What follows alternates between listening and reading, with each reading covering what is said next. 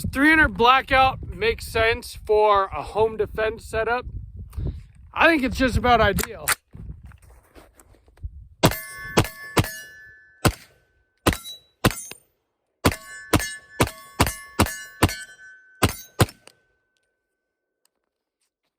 Welcome back to Sawtooth Tactical. So, the question remains, is 300 Blackout the ideal home defense caliber? Or does 5.56 make more sense to you? Well, about a year ago, I did a video with this 11.5 inch AR as my home defense setup. But in a year's time, things have changed, and I think that I have something that is much more ideal. And if you'll follow along with me, I think you'll find that 300 Blackout could be about the perfect thing for home defense. Before we get started, I just want to invite everyone to please subscribe to the channel. Please like and share this video and leave me a comment. What do you think? Do you run 5.56, 300 Blackout, 9mm, 45? What do you consider to be perfect for home defense? And how do you like to set up your home defense weapon? Let's get started. So ever since I started getting into firearms, I've been looking for the perfect home defense setup. And I feel like I've kind of got it here. You've got the white light, you've got the red dot with the perfect home defense reticle, 30 round or more capacity, and a caliber that works in a short barrel and suppresses really well. It's about perfect.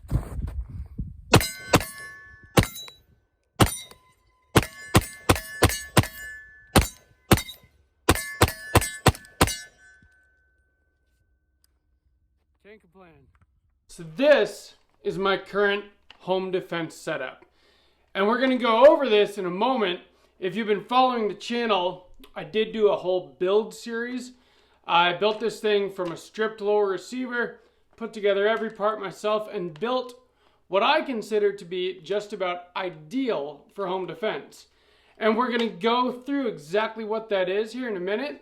But first I want to talk about why 300 Blackout. So my original home defense carbine setup was this 11.5 inch AR-15 pistol chambered in 5.56 NATO. And I went with 11.5 inches because, for a couple reasons. 5.56, in order to get proper terminal ballistics, you need barrel length to get that muzzle velocity for the bullet to do what it needs to do. And 5.56 was designed to get ideal powder burn out of a 20-inch barrel. Now, a lot of people run it in a 16-inch barrel, 14.5, 13.9, 13.7, 12.5, 11.5. I kind of found that I thought 11.5 inches was ideal for my 5.56 home defense setup because it was short enough to maneuver easily within the home, hallways, rooms, stuff like that, but still had enough barrel length to get decent terminal ballistics and to be able to have enough dwell time to cycle the AR reliably, right? So that was my whole reasoning behind the 11.5 barrel length for that. But a big thing with shorter barrel length ARs in 5.56, because you're not getting full powder burn, a lot of that powder is burning outside of the muzzle and it creates an extremely rowdy blast. Now, this thing even has a muzzle brake on it, and so if you're standing next to the shooter, even outdoors, it's a violent concussion that comes out of the end of this thing. And that's why I've got the Strike Industries oppressor on it, just to try to regulate some of that concussion from the short barrel and the muzzle brake. But it's something where if I did have to use it indoors, it would definitely blow my eardrums out, because how often are you going to have time to grab ear pro in a home defense situation? And I don't want to deafen myself or my family. But if I was going to add a suppressor to an 11.5 inch barrel, well, at that point, it's just as long as a 16 inch or more AR which makes it a little unwieldy for moving around inside the house. So, what is the solution for that? Well, 300 Blackout is a really, really cool cartridge. It was designed basically to replace the MP5 as a PDW type weapon. It has better ballistics than 9mm, but it uses powders that burn much faster, and it's a much bigger, heavier bullet than 5.56 is. If you look at those two together, that's 300 Blackout on the left, that's 5.56, a 55 grain bullet versus a 150 grain bullet, and they go much higher grain weight than 150. This is a supersonic load, and we'll talk about the different 300 Blackout loads in a minute too. But the cool thing about it is that you can run a rifle round in a much shorter barrel. It has full powder burn in a 9-inch barrel. So with this build that I did, I've got an 8.2-inch Roscoe 416R stainless barrel in this thing, and I get just about all of the potential out of the 300 Blackout out of a barrel this short, which makes it extremely easy to maneuver around inside the home or anywhere else that I need to be. And if I want to add a can to this, which I will be doing, I'm just waiting for the ATF to approve it, adding a few more inches to this at 8.2 inches, now I'm getting to about the same length as the 11.5, but it's suppressed. And 300 Blackout suppresses extremely well. And we'll explain that in a moment first. But let's just talk about the setup. So, in my opinion, a home defense carbine setup needs a few things. Number one, you need to have a white light. And you have to have a reliable one. This is a Streamlight ProTac HLX. And I think it's about the bare minimum for light quality for something that has a proven track record and that is reliable. It has extremely high lumen and candela output. This thing is very, very bright. And while I've used things like Crimson Trace and Olights in the past to try to save money, and there's nothing wrong with those, they work perfectly fine, the Olight, while it has a high output, when you first turn it on, it drops off very quickly. The Crimson Trace has given me no problems, but it doesn't quite have the same kind of output as something like this. And you can go much more expensive. You can go Surefire, Cloud Defensive. There's a bunch of them. Mod Light, Arasaka. They make really great lights, but you're going to really pay for what you get. You're going to spend a lot of money with those. Whereas with the Streamlight, it's not that much more expensive than like an Olight, but you really get a lot more for your money. Now you do have to get some kind of attachment method. It comes with a Picatinny attachment method, but to me, it kind of defeats the whole purpose of having a nice slim M-lock rail if you're going to put Picatinny sections on it to attach your accessories to. So I went with the Arasaka offset mount here, and it works with any Scout light setup, which is kind of the industry standard now. The Streamlight has the same, mounting pattern as the Surefire Scouts. And then you can mount it to your M-lock rail very close into the firearm so that it's, less snagging, takes up less space, kind of a little more streamlined. You got a pressure pad on top to actuate it. You've got your momentary on or your constant on. Now, one problem with going with a barrel this short and a rail this short is your amount of real estate that you have up here. And if you guys have followed the channel, you know that I am a proponent of backup iron sights even when running a red dot. And I don't have them on this one. Well, the reason for that is because of how much room this pressure pad takes up on the limited amount of rail space I have here. I've tried running a front, folding backup sight up there, and then my pressure pad is too far back for it to be actuated by my thumb where I need it to be. And with again, because of the short rail here, So my gas block takes up a lot of my M-LOK space on the bottom. So this is the only spot I really had for a hand stop. So I use the finger stop to be able to, control recoil and muzzle rise there, which puts my thumb about perfect where this pressure pad is. And so there's all give and takes, and I've decided on this one, because of wanting to go as short as possible, as maneuverable as possible, and still be able to run a light with a pressure pad, I had to give up my backup iron sights. But I'm okay with that because of the optic that I have. Now this is the 512C from Holosun, which unfortunately, I believe you can see that circle dot reticle in there. I love this optic, and I have heard that Holosun is discontinuing it, which I think is an absolute shame because I would have used this same optic on future builds. It really is fast. You can acquire your target really quick with that circle dot reticle, and I just find it extremely easy to use, very quick for your eyes to pick up compared to just a standard 2 MOA dot. It just works really well.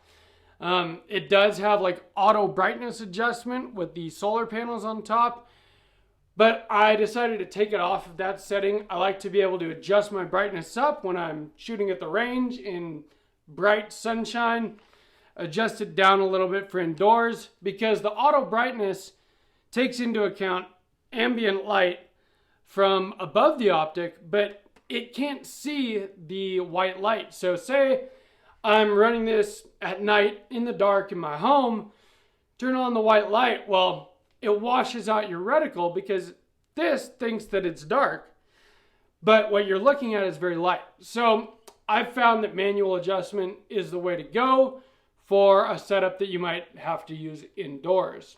Now, these are just my ideas and what I think is ideal. You can do whatever you want, obviously. So the other things I've done here, the whole point of this setup and this design that I built is built for speed. So I've got the Radian Talon 45-degree throw ambidextrous safety. This is extremely quick to put on fire, but also to put back on safe with my trigger finger on the same hand. So I don't have to adjust my grip like I would with a standard mil-spec 90-degree throw safety. It makes it that much faster to put on and take off safe, in my opinion. And it's a very positive click, very smooth, easy to actuate.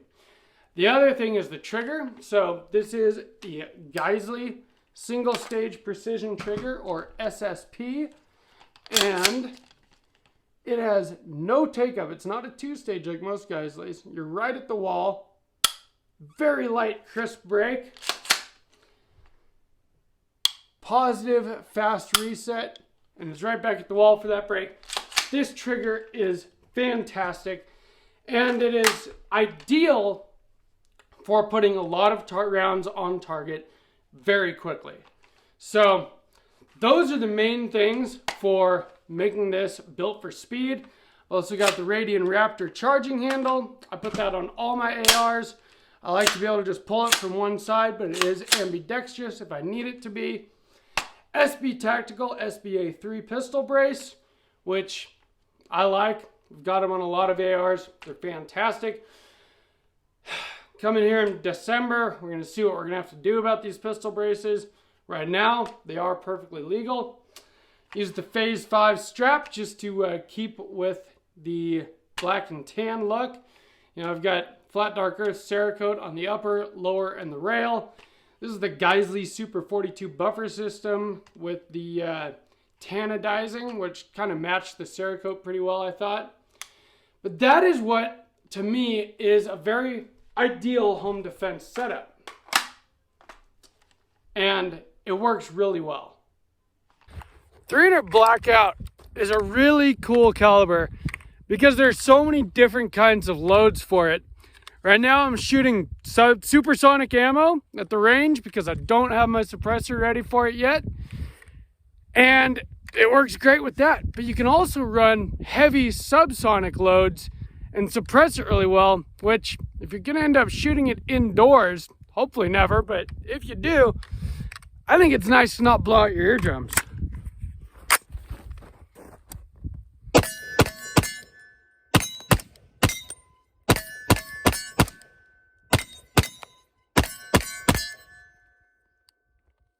So let's talk about ammo selection for home defense. Now, with my 5.56 ARs, I do keep full mags of good defensive ammo in a quick access safe right next to my bed, where I keep my M&P 2.0 pistol. This is my bedside home defense pistol setup. And I've got those ready to go at all times. But even though they are rounds that are designed for indoor use, low flash, rounds that are meant not to overpenetrate, all that, it is still 5.56 and it is dependent on velocity. And out of a shorter barrel, like I said, you're going to get a very extreme concussion out of it. So, 300 Blackout. Now, 300 Blackout is a very different kind of round, and it's got some really cool characteristics. There are a lot of different kinds of loads for 300 Blackout. So right now, I've got this magazine loaded up with Federal 150 grain Fusion, which is a bonded soft point. So this isn't the ammo that I use at the range. This is much more expensive. I just use cheap FMJs to go shooting and to train with in this, because even cheap 300 Blackout is a lot more expensive than 5.56, 223, 9mm, 45. 300 Blackout's an expensive round in general, but there are benefits you get to it. So right now, the reason why I'm running the 150 grain Fusion is because I don't have my suppressor yet. So I do have a suppressor on the way. It's about 2 months into the waiting period. We'll see how long it takes, but the whole point of this was to build something short, but also suppressed.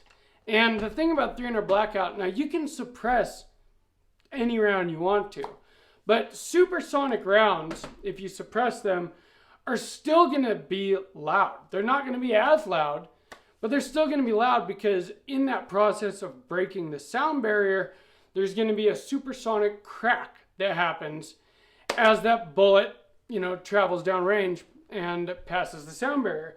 And 5.56, being a small light round with a lot of powder, is a very fast round, and it's supersonic no matter what. And so suppressing it only helps so much. It definitely helps. It makes it quieter, but it's still not quiet. Now, 300 Blackout, you have both supersonic and subsonic rounds.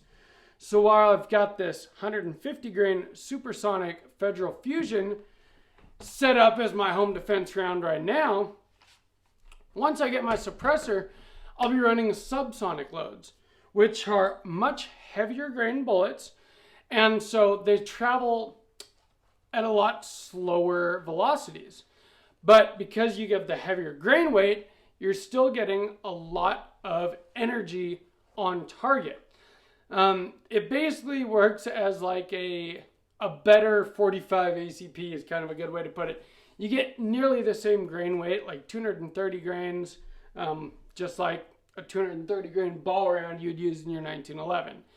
But much more aerodynamic, more powder behind it, moving a bit faster than 45 ACP. And because it is then naturally subsonic, when you suppress a subsonic 300 Blackout round, it is actually quiet. It's one of those rounds, it was literally designed for suppression and to be an extremely quiet round. Like in the movies when, guys use silencers in the movies and it makes their gun actually silent instead of like the crack of a gunshot. Well, 300 Blackout subsonic rounds can actually be that way. They can be movie quality silent, where with the right suppressor, you're going to hear the sound of the action is going to be the loudest part of the gunshot, not the actual sound of the bullet leaving the muzzle, which is just crazy, but it's really cool. And so that's the other reason why I think 300 Blackout is so ideal for home defense. And I know that a lot of people don't believe in suppressors, silencers, cans for home defense because either one, they want the gunshots to be so loud and intimidating that even if they miss the intended target, it's going to scare an intruder away, which will, that would be the intended consequence. As far as, if you don't actually hit someone that's breaking into your home, at least you got rid of them, right? The other thing, too, that people talk about, I hear it on like Warrior Poet Society, John Lovell, is that if he's in a situation like that, he wants his neighbors to know that there's something bad going on at his home, for them to call the authorities, call 911, get the police here to help, whatever, as quick as possible. And to an extent, I agree with that. But to another extent, I believe in keeping all my senses about me. And if you've ever accidentally shot a 5.56 AR without putting your ear pro on first, I have. It is deafening, and it'll kind of rattle you for a minute. Your ears are going to ring, and it's going to kind of, you're going to lose a little bit of an awareness of your surroundings to a certain extent. It's gnarly. It's an explosion going off in front of your face. It's like a flashbang a few inches in front of your face. And if you have to do that a few times to eliminate a threat indoors, well, then when the authorities do get there, you're going to have a harder time communicating with them. Before they get there, you're going to have a harder time communicating with your family.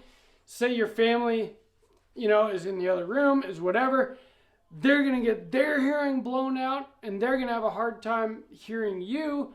Vice versa, it's going to make everything more confused, more difficult as far as just using your senses to the degree that you're going to want to be able to use them in a scary situation. And so I am of the school of thought that I think that a suppressor for home defense is a good thing, because I would like to be able to, in that moment, if I ever find myself in a situation where I have to use a firearm in defense of my home and my family, I want to be able to be as effective as I possibly can in that moment.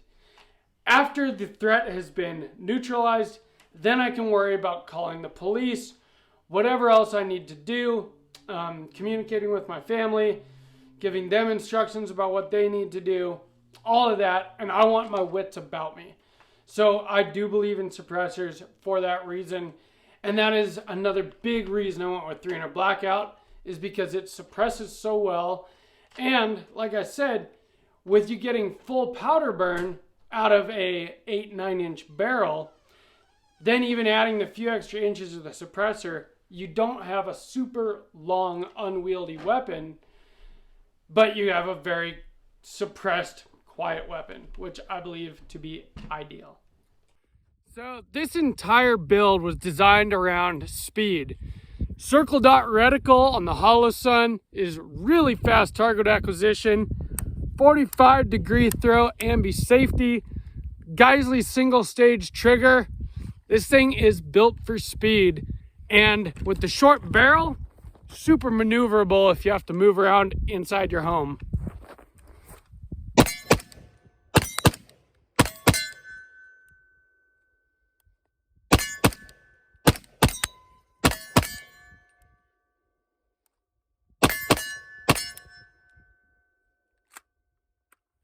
So let me know what you guys think. What do you guys run for home defense? Now, I'll be the first to admit that this is probably the first thing that I'm going to grab, for that bump in the night. It's just a little bit quicker, easier, already going to have a mag in it. I can grab it. I've got a stream light on this as well. It's extremely bright. I make sure to keep good batteries in it.